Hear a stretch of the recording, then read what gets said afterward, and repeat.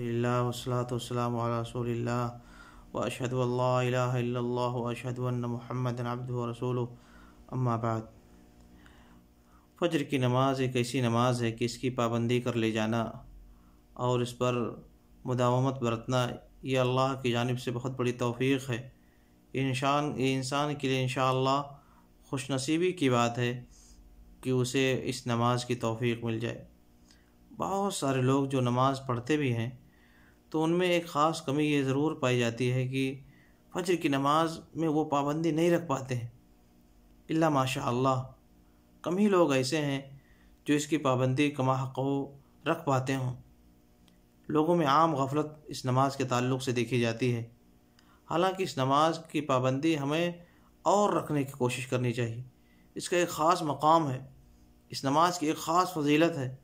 اس نماز کو پڑھ لینے سے انسان کو اللہ کا ذمہ مل جاتا ہے، جیسا کہ صحیح مسلم کی حدیث ہے کہ من صلی الفجر فهو فی ذمۃ اللہ، کہ جو شخص فجر کی نماز پڑھ لیتا ہے وہ اللہ کے ذمے میں ہو جاتا ہے۔ سوچیں، اللہ کا ذمہ اس شخص کو حاصل ہو جاتا ہے جو فجر کی نماز پڑھ لیتا ہے۔ ایک انسان جب فجر کی نماز کے لیے اٹھتا ہے، اللہ کا ذکر کرتا ہے اور وضو بناتا ہے، نماز پڑھ لیتا ہے، شیطان نے اس کے سر میں جتنے بھی گرہیں لگائی ہوتی ہیں ساری گرہیں کھل جاتی ہیں۔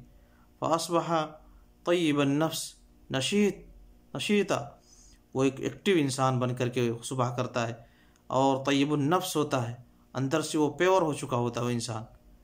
لیکن وہی انسان اگر فجر کے لیے نہیں اٹھتا ہے تو اصبح خبیث النفس کسلان، تو سست اور خبیث النفس ہو کر کے وہ انسان صبح کرتا ہے جو فجر کی نماز میں حاضر نہیں ہوتا ہے۔ میرے صلی اللہ علیہ وسلم کے پاس ایک آدمی کا ذکر کیا گیا، صحیح بخاری کی حدیث ہے کہ نام حتی اصبح، صبح تک سویا رہا، یعنی آج فجر کی نماز میں حاضر نہیں ہوا۔ آپ نے فرمایا کہ ذاک رجل بال الشیطان فی اذنیہ، وہ ایک ایسا انسان ہے جس کے کانوں میں شیطان نے پیشاب کر دیا ہے۔ ایسے سارے لوگ جو فجر کی نماز سے غافل رہتے ہیں اور سوتے رہتے ہیں، سارے لوگوں کے کانوں میں شیطان پیشاب کرتا ہے۔ یہ حقیقت ہے، صحیح بخاری کی حدیث ہے۔ اسی طرح سے فجر کی نماز کو اگر آپ دیکھیں تو قرآن میں بھی اللہ تعالیٰ نے اس کا ذکر فرمایا کہ ان قرآن الفجر ان قرآن الفجر کان مشہودا، وقرآن الفجر یعنی صلاۃ الفجر، اس کو قرآن سے تعبیر کیا گیا ہے کیونکہ اس میں قرآن کی خاص قرأت ہوتی ہے، قرآن پڑھنے کا ایک خاص مقام ہوتا ہے اس میں، اور اس نماز میں کان مشہودا، فرشتے حاضر ہوتے ہیں۔ وہ فرشتوں کے باری چینج اور ڈیوٹی چینج ہونے کا وقت ہوتا ہے۔ یتعاقبون فیکم ملائکۃ باللیل و ملائکۃ بالنہار، صحیح بخاری کی حدیث ہے کہ تمہارے درمیان فرشتے رات اور دن کے آتے رہتے ہیں اپنی اپنی باری سے۔ ثم یعرج الذین باتوا فیکم، پھر وہ فرشتے جو تمہارے درمیان رات میں تھے تمہارے پاس، وہ فجر کے وقت جا کر کے رب العالمین کے پاس جاتے ہیں۔ فیسألہم ربہم وہو اعلم بہم، اللہ تعالیٰ ان فرشتوں سے اپنے بندوں کے بارے میں پوچھتے ہیں، حالانکہ اللہ کو خوب معلوم ہے، لیکن شرف اور فضل دیکھیں ان بندوں کا جو فجر کی نماز میں حاضر ہوئے ہوتے ہیں، تو اللہ تعالیٰ ان بندوں کے بارے میں اپنے فرشتوں سے پوچھتے ہیں، کیف ترکتم عبادی، اے فرشتوں بتاؤ میرے بندوں کو دنیا میں کس حال میں چھوڑ کر کے آئے ہو؟ کہتے ہیں کہ اے اللہ اتیناہم وہم یصلون وترکناہم وہم یصلون، اے اللہ جب ہم گئے تھے تب بھی وہ نماز میں تھے، اے اللہ جب واپس آئیں تب بھی وہ نمازی میں ہیں۔ یہ کن لوگوں کے لیے حاضری اور یہ گواہی دی جاتی ہے؟ یہ ان بندوں کے لیے جو فجر کی نماز میں حاضر ہوتے ہیں۔ بتائیں رب العالمین کہ ہاں اگر آپ کی حاضری ہو، فرشتے حاضری دیں اور بتایا جائے کہ فلاں بندہ آج فجر میں حاضر نہیں تھا، انسان کے لیے کتنی حسرت کی بات ہے۔ پھر بھائیو، اس نماز کی پابندی کرنے کی کوشش کریں، اس نماز کے فضل کو سمجھنے کی کوشش کریں۔ اللہ نے اس میں کتنا بڑا فضل رکھا ہے، اتنا بڑا فضل۔ صحیح مسلم کی حدیث ہے، اللہ کے نبی علیہ السلام نے ارشاد فرمایا کہ من صلی العشاء فی جماعہ فکأنما قام نصف اللیل، جس نے عشاء کی نماز جماعت کے ساتھ پڑھ لی گویا اس نے آدھی رات قیام کیا۔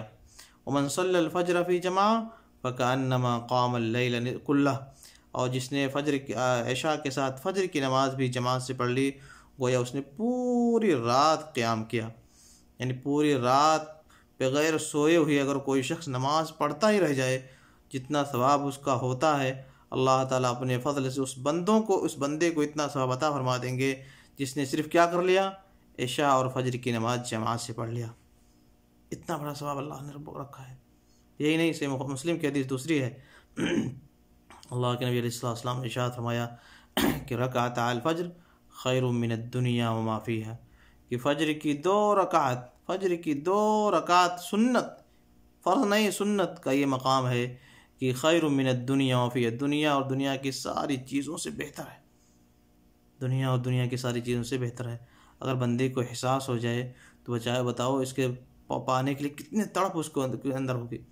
اگر ایک انسان کو بتا دیا جائے کہ رات کے 12 بجے، رات کے 1 بجے، رات کے 2 بجے 50 ہزار روپے سب کو ملیں گے، جو شخص فلاں جگہ پہنچ جائے گا، اور اتنے ہی ٹائم پہنچنا ہے، رات ہی میں پہنچنا ہے، جو بھی لیٹ ہوگا اس کو نہیں ملے گا۔ بتائیں لوگوں کے اندر کتنی تڑپ ہوگی اس کو پانے کے لیے، کوئی سونا نہیں چاہے گا، ہر حال میں اس کو حاصل کر کے رہے گا۔ سبحان اللہ، دنیا کے پانے کے لیے انسان کتنے اندر اتنی تڑپ ہو سکتی ہے، تو آخرت کو پانے کے لیے ہمارے اندر ضرور اس سے کہیں زیادہ تڑپ ہونی چاہیے۔ یقیناً ہم لوگ انسان ہیں، ہمارے اندر کمیاں ہیں، لیکن میرے بھائیوں یہ حدیث ہمیں بتا رہی ہے کہ فجر کی 2 رکعت سنت کا یہ مقام ہے کہ دنیا کی ساری مال و دولت سے یہ بہتر ہے، اور فرض کا کیا مقام ہوگا تو اللہ ہی جانے۔ رب العالمین نے اتنا بڑا ثواب رکھا ہے اس نماز کا۔ بخاری کی روایت میں معلقاً امام بخاری نے ذکر کیا ہے، انس بن مالک رضی اللہ عنہ کے بارے میں آتا ہے کہ کہتے ہیں کہ تستر کی فتح میں میں بھی حاضر تھا۔ انس بن مالک رضی اللہ عنہ کہتے ہیں کہ جب ہم لوگ قلعے کا محاصرہ کر کے جب قلعے میں گھس رہے تھے، جب لڑائی اپنے شدت پر تھی بالکل، تو وہ کون سا وقت ہو چکا تھا؟ فجر کا وقت ہو چکا تھا۔ کہتے ہیں کہ لڑائی میں اس قدر مشغول اور منہمک تھے ہم لوگ کہ ہمیں فجر کی نماز کے لیے بالکل وقت نہیں مل سکا، موقع نہیں مل سکا۔ ہم نے فجر کی نماز اس وقت پڑھی جب سورج طلوع ہو چکا تھا۔ دیکھیں انس بن مالک رضی اللہ عنہ کے الفاظ کہتے ہیں کہ ما یسرنی بتلک الصلاۃ دنیا وما فیہا، اب مجھے کوئی دنیا بھی دے دے، دنیا کی ساری چیزیں بھی دے دے، مجھے وہ خوشی حاصل نہیں ہو سکتی جو مجھے اس دن کی نماز پا لینے سے خوشی حاصل ہوتی۔ میری نماز اس دن چھوٹ گئی، حالانکہ چھوٹی نہیں، انہوں نے پڑھا نماز کو، مگر یہ کہ وقت نکلنے کے بعد پڑھا، وہ بھی مجبوری میں چھوٹ رہی ہے، اس کے باوجود انہیں کتنا غم ہے کہ ساری دنیا بھی دے دی جائے تو ان کا غم دور نہیں ہو سکتا ہے، اس قدر وہ نماز کے پابند تھے۔ ایک نماز چھوٹی ہے، وہ بھی مجبوری میں، فجر کی نماز ان سے قضا ہو گئی۔ سبحان اللہ۔ امام مالک نے ذکر کیا ہے، عمر بن الخطاب رضی اللہ عنہ کے بارے میں آتا ہے کہ عمر بن الخطاب رضی اللہ عنہ نے ایک بار فجر کی نماز میں دیکھا کہ سلیمان بن نبی حتمان نماز سے غائب ہیں۔ ان کے گھر گئے، پوچھا ان کی امی سے کہ سلیمان آج نماز میں نہیں تھے فجر میں، تو ان کی امی نے بتایا کہ وہ آج تہجد کی نماز پڑھ رہے تھے، پڑھتے اس قدر ان کے اوپر نیند تھکاوٹ آ گئی، غالب آ گئی کہ فجر میں سو گئے۔ عمر رضی اللہ عنہ نے کہا کہ پوری رات کوئی نماز پڑھتا رہے، یہ بہتر نہیں ہے اگر اس کی فجر کی نماز چھوٹ جاتی ہے۔ پھر بھائیوں، ان کی تہجد پڑھنے کی وجہ سے اور قیام اللیل کی وجہ سے، اس میں مشغول ہونے کی وجہ سے فجر چھوٹ گئی، تب بھی یہ اثر پسند نہیں کیا گیا، تب بھی یہ غلط ہے۔ اور ہماری فجر کیوں چھوٹ رہی ہے؟ موبائل میں مشغول ہیں، گپ میں مشغول ہیں، گیموں میں مشغول ہیں، اور دوسری چیزوں میں لہو لعب میں مشغول ہیں، اس کی وجہ سے لیٹ سے سوتے ہیں، جس کی وجہ سے ہماری فجر غائب ہو جاتی ہے۔ ہمارا یہ حال ہے کہ اس غلط اور باطل چیز میں مشغول ہونے کی وجہ سے فجر چھوٹتی ہے، اور ان لوگوں کا حال تو یہ تھا کہ کبھی اگر فجر چھوٹی تو زیادہ تہجد کی نماز پڑھ لینے کی وجہ سے چھوٹ رہی ہے۔ سبحان اللہ۔ لہٰذا میرے بھائیوں، ہم اپنے آپ کا محاسبہ کریں، یقین رکھیں کہ اگر ہمارے لیے فجر کی توفیق مل جاتی ہے تو اللہ کی جانب سے ہمارے لیے بہت بڑی نعمت ہے، یہ خوش نصیبی ہے ہماری کہ ہمیں فجر کی اللہ کی جانب سے توفیق مل جائے، اور یہ بہت بڑی محرومی ہے کہ بندے کو فجر کی توفیق نہ ملے۔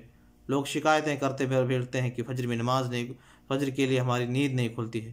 آدمی کو چاہیے کہ اگر ایسا ہوتا ہے اس کے ساتھ تو اپنا محاسبہ کرے، رب العالمین سے روئے، گریہ وزاری کرے، اور اس کے اوپر کوئی گناہ ہوگا جس کی وجہ سے اس کو توفیق نہیں ملتی اللہ کی طرف سے، بہت بڑی اس کے لیے محرومی ہے یہ۔ اللہ سے اگر وہ توبہ کرے، سچے دل سے اس کی طرف رجوع کرے، اور اس کے لیے تڑپ رکھے، نیت رکھے اٹھنے کی، اور اس کے لیے تیاری رکھے، وقت سے سوئے اور الارم وغیرہ لگا کر کے سوئے، تو انشاءاللہ اسے فجر کا موقع ملے گا، اللہ کی جانب سے اسے توفیق ملے گی۔ رب العالمین تو بندے کا دل اور اس کے نیت دیکھتے ہیں کہ اس کی نیت میں کس قدر اخلاص اور تڑپ ہے۔ اگر اس کے اندر حقیقی تڑپ ہے تو رب العالمین کی جانب سے انشاءاللہ اس کو بھی توفیق بھی ملے گی۔ لہٰذا میرے بھائیو اپنا محاسبہ کریں اور اس نماز کے لیے آنے کی کوشش کریں۔ اس نماز کے کتنے فضل ہیں، اور بھی دیکھیں چیزیں موجود ہیں جو بخاری وغیرہ کے حدیث نبی علیہ السلام نے تو یہاں تک وہ فرما دیا کہ من صلی البردین دخل الجنہ، جو شخص 2 ٹھنڈی نمازیں پڑھتا ہے پابندی سے، 2 ٹھنڈی نمازیں کیا؟ یعنی عصر کی نماز اور فجر کی نماز، دخل الجنہ، وہ شخص جنت میں داخل ہوگا۔ صحیح مسلم کی روایت میں آپ نے ارشاد فرمایا لن یلج النار احد صلی قبل طلوع الشمس وقبل غروبها، وہ شخص ہرگز جہنم میں جا نہیں سکتا۔ کون شخص؟ جو سورج کے طلوع ہونے سے پہلے یعنی فجر کی نماز پڑھتا ہے اور سورج کے غروب ہونے سے پہلے نماز پڑھ لیتا ہے یعنی عصر کی نماز پڑھتا ہے۔ ان 2 نمازوں کی پابندی انسان کو جہنم سے بچا لے گی۔ اسی طرح سے نبی علیہ السلام نے دوسری حدیث میں یہاں تک فرمایا کہ تم عنقریب اپنے رب کو ایسے ہی دیکھو گے جیسے تم چاند کو دیکھتے ہو، تمہارے چاند کے دیکھنے میں کوئی پریشانی نہیں ہوتی، ایسے ہی تم اپنے رب کو دیکھو گے۔ لہذا اگر جہاں تک تم سے ہو سکے تو 2 نمازیں تمہارے اوپر غالب نہ، 2 نمازوں سے تم غافل نہ ہو۔ کون سی نمازیں؟ فجر کی نماز اور عصر کی نماز۔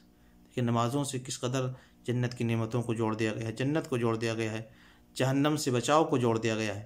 لہٰذا میرے بھائیو اپنا محاسبہ کریں اور نمازوں سے قریب رہیں، خاص طور سے یہ نماز جس سے لوگوں سے عام غفلت ہوتی ہے، فجر کی نماز، اس میں ہم اپنے آپ کو تیار رکھیں، اللہ سے توفیق مانگیں۔ اللہ تعالیٰ ہم تمام لوگوں کو اس کی توفیق عنایت فرمائے، آمین۔